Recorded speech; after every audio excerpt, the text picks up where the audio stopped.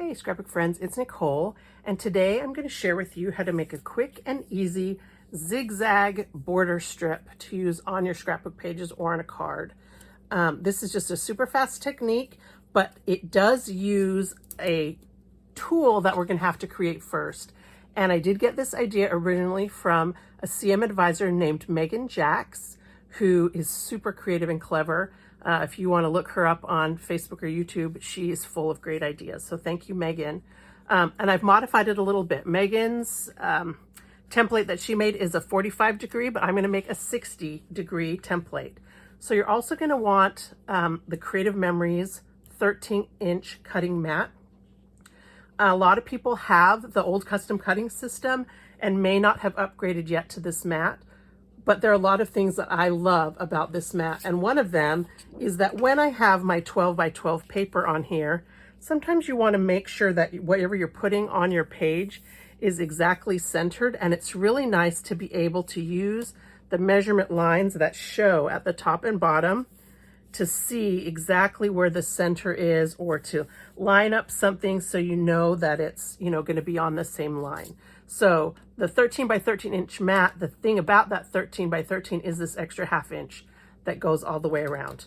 But for today, the feature that we're gonna really wanna use are these angle lines, and we're gonna use the 60 degree angle.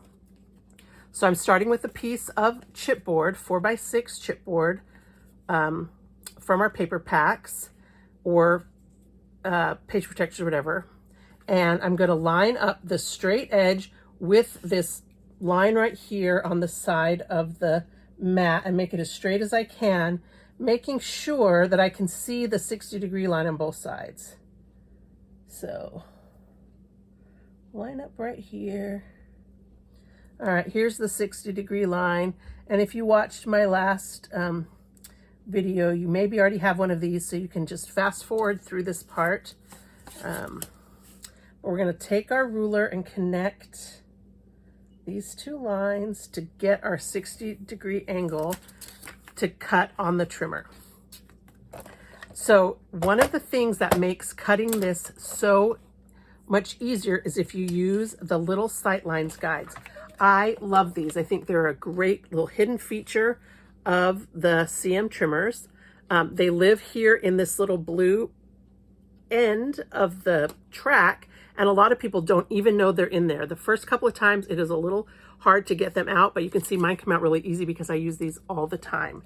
And what these do is show you exactly where your cut is going to be. So there's one on both sides. So I'm gonna line up my line with the sight line here, whoops, and here as precisely as I can. All right, let's see if I can lift up and show you how that, oh, there we go. See how the sight line on here lines up exactly with my line on both sides. And so, oops, I'm gonna know that my line is cut perfectly straight right where I want it. And you do have to cut through a couple times when you're doing chipboard, but it's super easy to cut chipboard with this. Okay, now I'm gonna write 60 degrees on here, just so I remember, and because I have a 45 degree piece that I learned from Meggan Jacks' class. And then you're gonna want a little bit of washi tape, and you can put this kind of however you prefer to cut. If you like to cut pulling down, you may wanna put it down here at the bottom. If you prefer to cut upwards, you could put it at the top. But for me, I like to cut in the direction that this is, so that this piece is gonna lean up against the little raised edge right here, and that's not gonna move. And the paper that I put against it is going to lean up against here, and it's not gonna move. Now you're gonna wanna take some washi tape. Oh, you know what? We're not gonna put this down yet because we don't wanna start with the fence. We need to prepare our paper first. So there are two different ways you can do this one. One of them looks cuter, but is a little bit of a pain. And the other one is easier. So I'm gonna start with the easier one, and that is where we cut, we do a 1.5 inch fold. And you're gonna need a paper that's at least 6 inches wide, just because otherwise it's too hard to use the fence to measure. And this one I'm going to score, I've swapped out my scoring blade. I'm going to score every 1.5 inches all the way across. So 1.5, 3, 4.5, 6, 7.5, 9, and 10.5. Now you could do this on a scoring board. You could just very carefully fold your paper. I just found that scoring made it easier to get my folds straight. So now I'm going to take my paper and I'm going to accordion fold it. So remember in grade school where we would make little fans. You never thought you were going to use that skill again, but here you are. All right, and it's not exactly exact. User error, I'm sure, with the trimmer. You can see that my little line is a little bit off, but that doesn't matter. So now I'm going to take my little template that I made, close your arm, and make sure that this isn't underneath it, because otherwise your trimmer arms won't close all the way. And then take a little bit of washi tape and tape it down.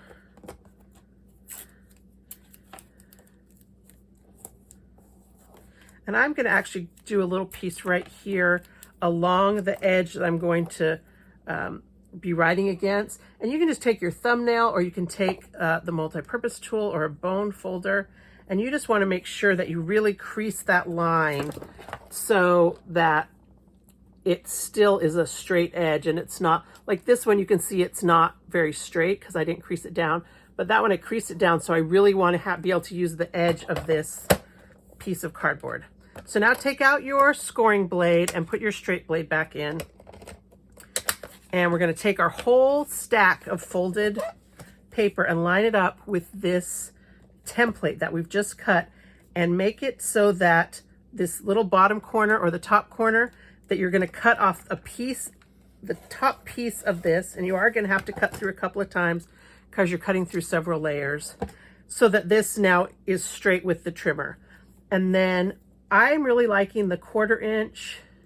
That's the one I showed you right here, was a 1/4 inch, but I think I'm going to do 3/4. We'll just look and see what a 3/4 inch little zigzag looks like. All right, so let me do 2, and then we'll have the big reveal. And I actually really like this technique if you don't like both sides of the paper, because you're really only going to use the one side. All right, so there's the 3/4 inch, put it on here, the 3/4 inch zigzag, or the original 1/2 inch zigzag. Aren't those cute? Wouldn't that be cute just along the top of your page with maybe some little embellishments? You could even do, let's see, you could even do 2, a 1/2 inch and a 3/4 inch and layer them. I wouldn't do it with the stripe, but just with a little cluster of embellishments, a little title, I think this looks so, so cute. I will tell you that I actually really prefer it a little bit more of a zigzag, and that one's a little bit more of a pain. And so for that one, I'm going to take this little Santa hat paper, and I'm going to have to remove my template so that I can do the scoring. Oops, and I even ripped my washi tape. So I'm just going to set this aside with the washi tape on it, because I can reuse that, and bring back my scoring blade and fold out my arm, put the little foot up so that I can score this guy. And I'm going to score this one at every inch. All right, I always like to do the first one on this side because I have this whole bit to keep me straight. All right, so now I'm just going to do every inch. And this one's a little bit easier actually than the every 1/2 inch or every 1.5 inches, because you don't have to remember where you're scoring at. So every inch we're going to score this one. And you do kind of end up with some waste on this. I mean, you can work around that, but just because you need extra to ride against the fence. I tried doing it with a narrower piece. This one is too thick. You really only need about 5 or 6 inches. But I tried doing it with like a 4-inch piece and it didn't quite work. So scoring every inch for this one. All right, there we go. And same thing, we're gonna do the accordion fold. And you can, if you want to, you know, fold this down with the multi-purpose tool or something, but because you're gonna want to straighten it out when you put it on your scrapbook page, don't score it too much because sometimes the paper can show damage from being folded. And you're not gonna really see that on the page, especially if you've got a busy paper. This would not work with cardstock, especially at this 1 inch. It might work at the 1.5 inch fold. It will not work with the 1 inch fold on your trimmer. I would be very hesitant because we're gonna be cutting through 12 thicknesses of paper. So I'm gonna put my straight blade back in. I'm gonna put my little sizing template back on.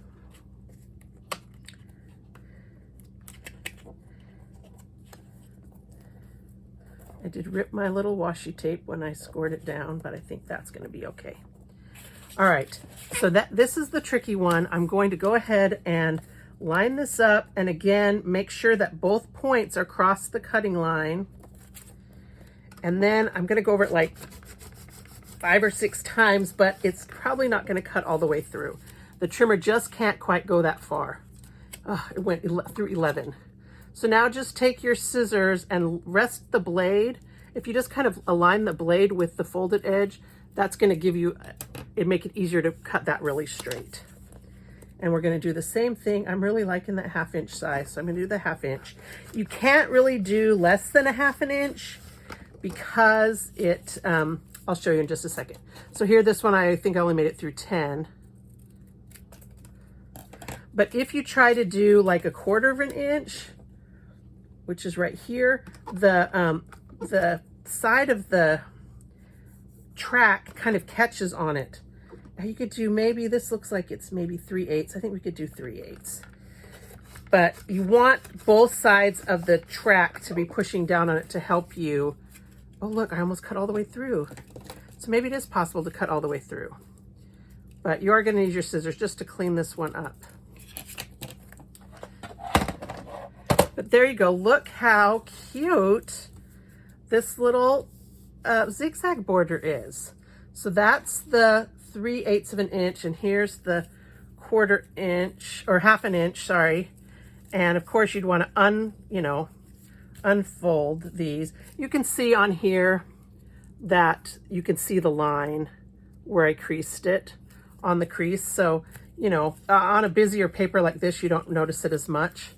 But so this is where we folded the paper at every inch, and this is where we folded the paper at every 1.5 inches.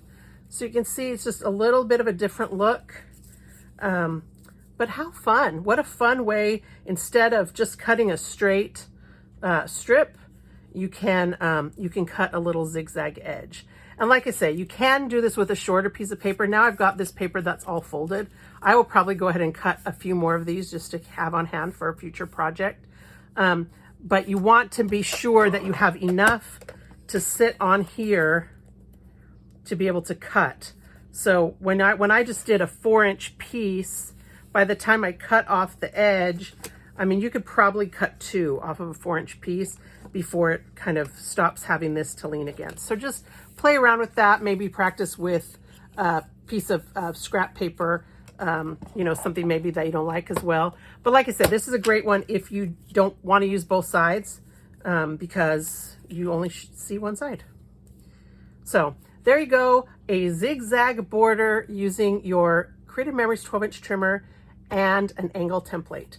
Thanks to Meggan Jacks for inspiring me with the angle template, and thanks to all of you who watch my channel and say such nice things. I hope that this has inspired you, and I would love to see what you create with this. I'd love for you to subscribe to my channel or to follow me on Facebook, and that's the best way to share your creations with me is through my Facebook page at Nicole's Scrapbooks. Thank you so much, and happy scrapbooking.